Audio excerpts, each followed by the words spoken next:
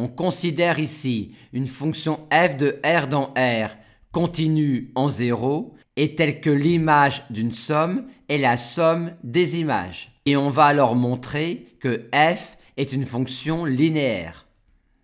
Étape 1, montrons que f est continu sur R. Que se passe-t-il pour f quand je m'écarte d'un réel x0 d'une quantité petit h? Grâce à cette relation-là, on a cela qui tend, quand h tend vers 0, vers cette quantité-là, vu la continuité de f en 0. Et en prenant ici u égale v égale 0, on obtient tout de suite que f de 0 est nul. Et on a donc bien obtenu que f est continu en un réel x0 quelconque. On va maintenant montrer que f est une fonction linéaire sur les rationnels.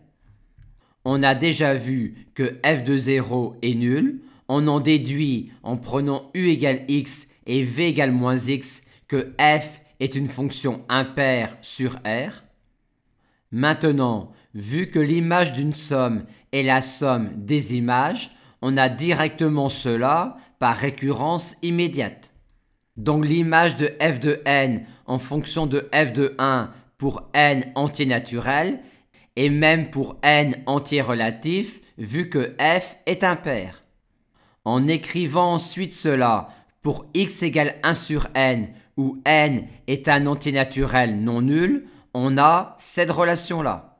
Relation que l'on peut étendre à z étoile vu que f est impair. Et on obtient alors le résultat souhaité en écrivant qu'un rationnel petit r est de la forme a sur b où a est un entier naturel et où b est un entier relatif non nul. Et en utilisant cette relation-là et celle-là. Et maintenant, c'est terminé, car ces deux fonctions-là sont des fonctions continues sur R et qui sont égales sur les rationnels qui forment un ensemble dense dans R.